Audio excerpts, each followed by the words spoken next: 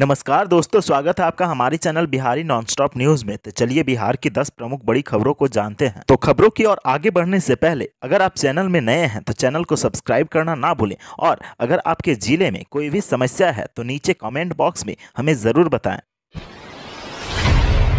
बिहार के इस स्कूल में पढ़ रहा है सनी देओल और प्रियंका चोपड़ा का बेटा। परीक्षा में लिखा मेरी गर्लफ्रेंड ने धोखा दिया है, एक नहीं 5 लड़कों से बात करती है। बिहार से अक्सर ऐसे मामले सामने आते रहते हैं जो काफी हैरान करने वाले होते हैं। एक और ऐसा ही अजीबोगरीब मामला सामने आया है जिसे जानकर आप भी दंग रह जाएंगे। दरअसल सोशल मीडिया पर पश्चिम चंपारण जिले के बेतिया स्थित रामलखन सिंह यादव कॉलेज के इंटरनल एग्जाम की कॉपी की तस्वीर वायरल हो रही है, जिसमें एक छात्र ने बॉलीवुड स्टार सनी देओल को अपना पिता और हीरोइन प्रियंका चोपड़ा को अपनी मां बताया है। पश्चिम चंपारण जिले के बेतिया में स्थित रामलखन सिंह यादव कॉलेज के 2 छात्र शिवशंकर कुमार और आदित्य कुमार की कॉपी का फोटो वायरल हो रहा है। वायरल तस्वीर के मुताबिक शिवशंकर कुमार ने बॉलीवुड एक्टर सनी देओल को अपना पिता और हीरोइन प्रियंका चोपड़ा को अपनी मां बताया है। इसने विषय में इतिहास लिखा और कुछ सवालों के जवाब के रूप में अटपटी बातों को लिखा है। हालांकि रोल नंबर वाली जगह को इसने खाली छोड़ दिया है।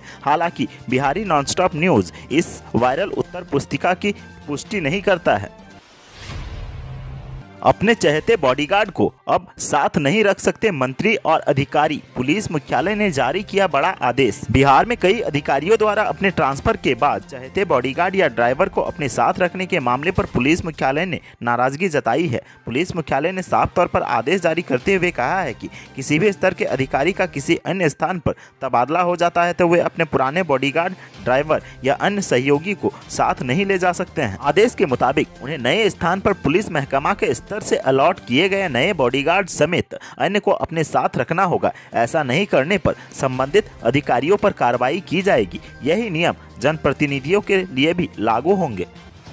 सीएम नीतीश के कार्यक्रम में मुख्य सचिव को नहीं मिली कुर्सी, मंच के आसपास टहलते रहे सरकार के सबसे बड़े अधिकारी। शनिवार को बिहार के मुख्यमंत्री नीतीश कुमार ने रबी अभियान की शुरुआत की। इस अभियान के शुभारंभ को लेकर सचिवालय में कार्यक्रम का आयोजन किया गया था, जिसमें बिहार के सीएम के साथ साथ उप मुख्यमंत्री और अन्य मिनिस्टर शामिल हुए। यहाँ जो मंच बनाया गया था उस पर राज्य सरकार के सबसे बड़े अधिकारी के लिए कुर्सी ही नहीं लगाई गई थी, लिहाजा वो मंच के आसपास भटकते दिखे। यह क्या वहां मौजूद मीडिया कर्मियों के कैमरे में भी कैद हो गया, जिसमें चीफ सेक्रेटरी को मंच के नीचे टहलते देखा गया है। मंच की तस्वीरें भी सामने आई है, जिसमें सीएम नीतीश कुमार, उप मुख्यमंत्री रेणु देवी, कृषि मंत्री अमरेंद्र प्रताप सिंह, सीएम के प्रधान सचिव दीपक कुमार और अन्य लोग दिखाई दे रहे हैं। लेकिन मंच पर बिहार के मुख्य सचिव त्रिपुरारी शरण के लिए कोई इंतजाम नजर नहीं आया। ये सभी अतिथि कुर्सी पर बैठे दिखे, लेकिन राज्य के सबसे बड़े अधिकारी को मजबूरन मंच के पास टहलते देखा गया।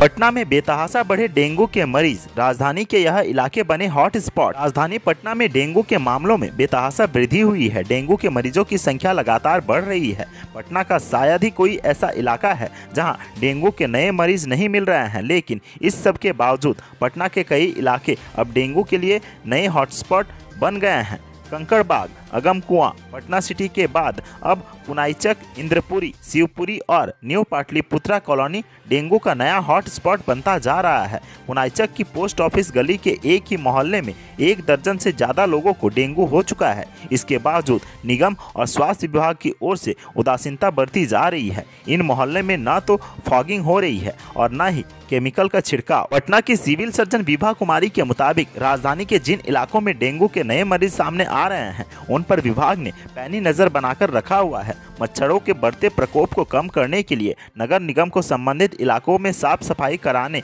और नियमित रूप से फॉगिंग करने का निर्देश भी दिया गया है। सिविल सर्जन ने आम लोगों से अपील की है कि वह डेंगू को लेकर सतर्कता बरते और अपने आसपास सफाई भी करे।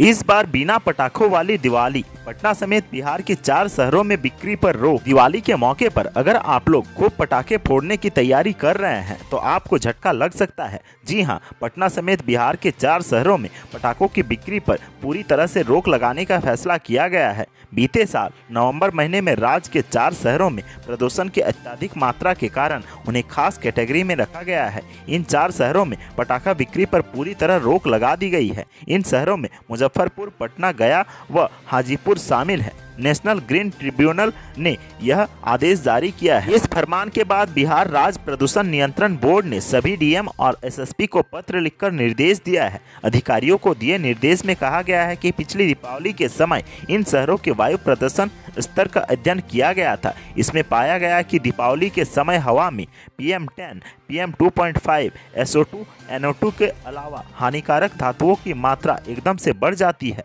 प्रदूषण नियंत्रण बोर्ड के सदस्य सचिव S चंद्रशेखर ने कहा है कि जिन जिलों में पिछले साल वायु प्रदूषण स्तर खतरनाक पाया गया था उनमें मुजफ्फरपुर, पटना, गया व हाजीपुर शामिल है।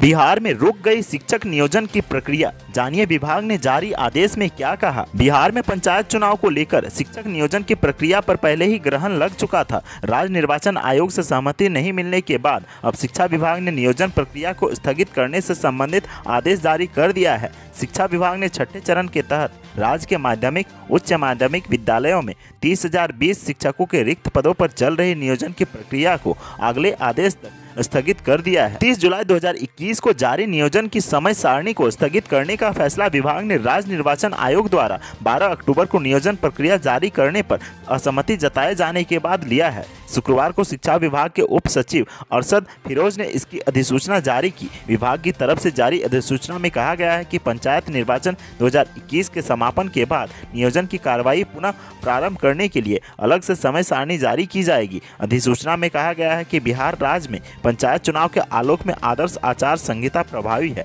राज्य निर्वाचन आयोग ने भी नियोजन प्रक्रिया जारी रखने पर असहमति व्यक्त की। आपको बता दें कि पंचायत चुनाव के कारण जिलों में नियोजन का काम प्रभावित होने का मामला काफी पहले सामने आया था। शिक्षा विभाग ने इस संबंध में परामर्श के लिए राज्य निर्वाचन आयोग के पास पत्र लिखा था। निर्वाचन आयोग ने इस पर असहमति जताई थी और अब विभाग की तरफ से प्रक्रिया को स्थगित करने का आदेश जारी किया गया है।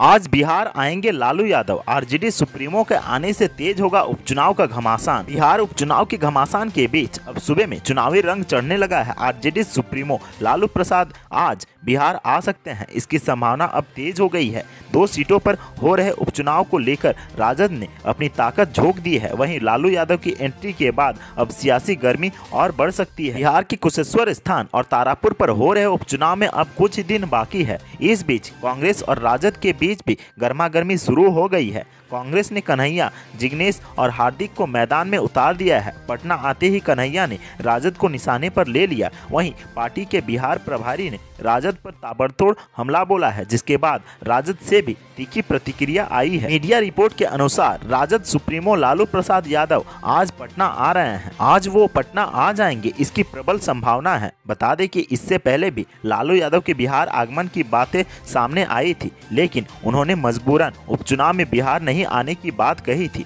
तेजस्वी ने बताया कि उनके पिता लालू प्रसाद की तबीयत को लेकर डॉक्टरों ने अनुमति नहीं दी, लेकिन तबीयत में सुधार रहा तो वे आएंगे।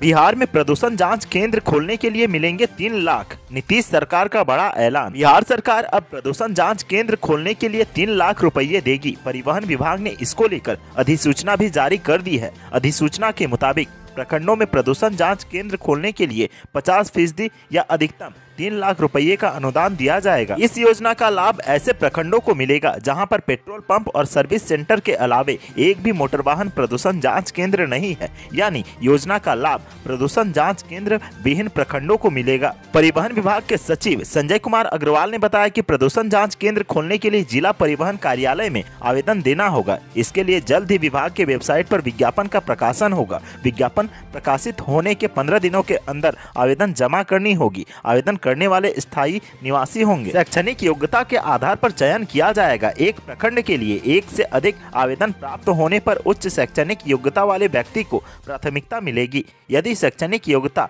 1 है तो अधिक उम्र वाले व्यक्ति को प्राथमिकता दी जाएगी।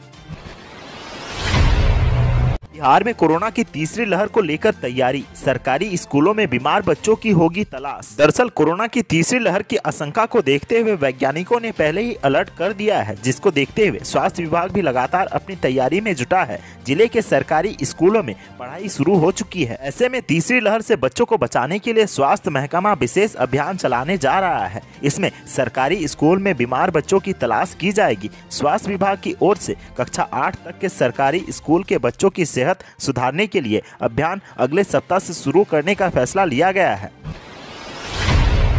5 सांसदों ने फर्जी जाति प्रमाण पत्र बनवाकर लड़ा चुनाव। जीतन राम मांझी ने इन नेताओं पर लगाए गंभीर आरोप। हिंदुस्तानी आवाम मोर्चा के राष्ट्रीय अध्यक्ष एवं पूर्व मुख्यमंत्री जीतन राम मांझी ने आरोप लगाया है कि देश के 5 सांसद फर्जी जाति प्रमाण पत्र बनाकर अपने क्षेत्र में सांसद बने हुए हैं। लोकसभा, विधानसभा, जिला पार्षद, पंचायत समितियों व निकाय के अन्य चुनावों में फर्जी जाति प्रमाण पत्र के आधार पर निर्वाचित सदस्यों की सदस्यता रद्द कराने के लिए राष्ट्रीय स्तर पर आयोग के गठन किया जाए। जीतन राम मांझी ने सभी की सदस्यता रद्द कर सभी के खिलाफ FIR दर्ज कराकर कार्रवाई कराने की भी मांग की है। वे बुधवार को नई दिल्ली के कॉन्स्टिट्यूशन क्लब में पार्टी के राष्ट्रीय कार्यकारिणी की बैठक के बाद मीडिया को संबोधित कर रहे थे।